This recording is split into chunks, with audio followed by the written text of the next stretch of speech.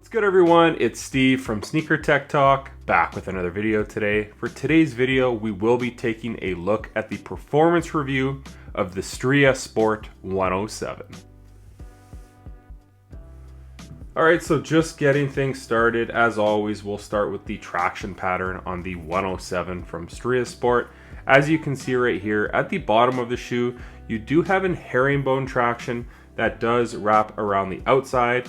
And then on the inside, you kind of have this diamond pattern that runs from the forefoot to the heel. And this is a solid rubber outsole. And how this performs on clean and dirty floors is amazing. It does a fantastic job at gripping the floor on lateral movements and linear movements. You're not going to have any issues at all. On dirty floors, you might have to wipe every so often, but it was really a non-issue at all for me. I spent about 12 hours in this basketball shoe, and there's actually really no wear and tear on this outsole as well.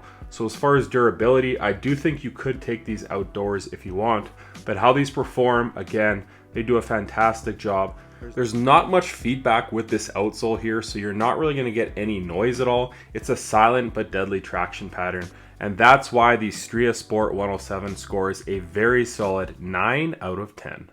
As far as the cushioning goes on this model right here, you do have a foam midsole that does run from the forefoot all the way to the heel. They are calling this Stria foam. I do believe it's just a compounded foam similar to Phylon. It does feel a little bit more bouncy, especially in the heel. There's a ton of impact protection at the back of the shoe.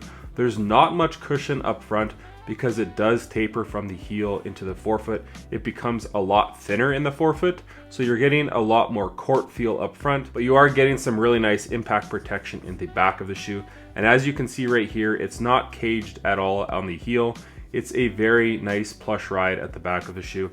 And as far as longevity so far, it's done a fantastic job at maintaining that elasticity here in the midsole. So definitely a nice heel to toe transition from the back of the shoe up to the front. But like I mentioned, you're sitting very close to the floor at the front of the shoe, at the back a bit higher. So overall, I really enjoyed this setup. But all things considered, I did enjoy my time in the Stria Sport 107, and that's why it's going to score a decent 8 out of 10. As far as the fit goes on this model right here, I did go with my standard size 10.5, and it does fit true to size. My toe is seated right near the end of the shoe, right where I like it, and it's a very snug fit. Not quite one-to-one fit, but it is very nice and snug. In the toe box, there was a tiny bit of extra volume right here, where it did create a little bit of dead space, but if you really snug these laces down, coupled with this really good internal and external heel counter right here, your foot will not be going anywhere here in the Stria Sport 107. So overall, again, I would go true to size. If you are a wide footer, as you can see right here, it does taper in just a little bit here in the forefoot. So I would recommend maybe going up half a size. So like I mentioned, as far as the fit goes in this model right here, I would have to give them an 8 out of 10. For me, they would have scored a little bit higher here in the forefoot if there wasn't quite as much dead space. But overall, it's a nice fitting shoe. Really no issues at all with my foot sliding around in this model here. As far as the materials on this model right here, if you're expecting anything premium, I would look somewhere else. But for the retail price of around $120 or $125, this material on this model here just works. What you're getting on this model right here is a foam and fuse combo. So starting at the back of the shoe, you do have some standard foam right here, more on the side panels right here, on the toe box, and wrapping up the tongue. This model is not overly hot. It does offer some nice breathability. More of that foam here on the medial side, and then everything else is basically a fuse rand running around the toe box and up the side of the shoe.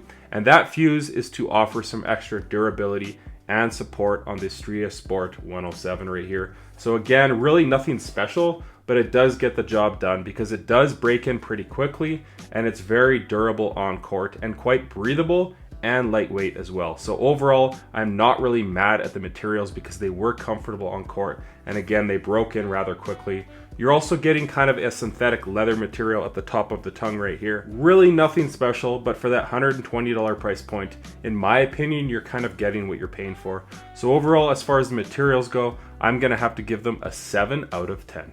As far as the weight goes on the Stria Sport 107, again, this is a US size 10.5, and these come in at 13.75 ounces. So more or less, that's what I come to expect from my basketball shoes, anything between 12 and 14 ounces in my size 10.5. So all things considered, this is not a heavy shoe at all. As far as the support goes on this model right here, starting at the back of the shoe, you do have a TPU internal heel counter and a secondary plastic TPU external heel counter as well. So as far as the support at the back of the shoe right here, it does a fantastic job of locking your foot in the back of the shoe and offering great support. Moving your way forward from that, you do have this fused material strategically placed around the toe box right here and on the lateral and on the medial side. So when you are making those hard lateral cuts, this material coupled with this traditional lacing system and these two eyelets right here do go further down to the bottom of your foot right here, where if you do lace these up really tight and snug, this shoe does a fantastic job of keeping your foot on the footbed. Moving your way down from that, this shoe does have an outrigger right here, so that helps prevent your foot from teetering over if you do land awkwardly on someone's foot here in the Stria Sport 107. And then on the bottom of the shoe, you do have a very wide and stable base. And then I do believe there is a plastic shank plate internally here in the Stria Sport 107 that does offer some decent torsional rigidity right here. It maintains a nice forefoot flex. So all things considered, this is a pretty supportive basketball shoe. And for me in my play style at 6'2" or 6'3" at 210 pounds, I really had no issues at all with this shoe. And that's why this shoe is going to score a very solid 9 out of 10 as far as the support goes. So that's going to do it for today's performance review on the Stria Sport 107. Again, check them out on their website. I do believe they retail for $120. They did send these over for me to wear test and try out, and I actually really enjoyed my time in this pair right here. It's a very fun pair to play basketball in, and I do think I will keep this in my rotation. And in the summertime, I do think I will try my hand at these outdoors as well. But as always, if you guys could like, comment, and subscribe, that does help the channel a ton. And check out my Instagram over at SnkrTechTalk, as it is an extension of my YouTube channel with all my pickups, basketball footage, and nostalgia as a whole. As always, thanks for watching today's video, and until next time, peace.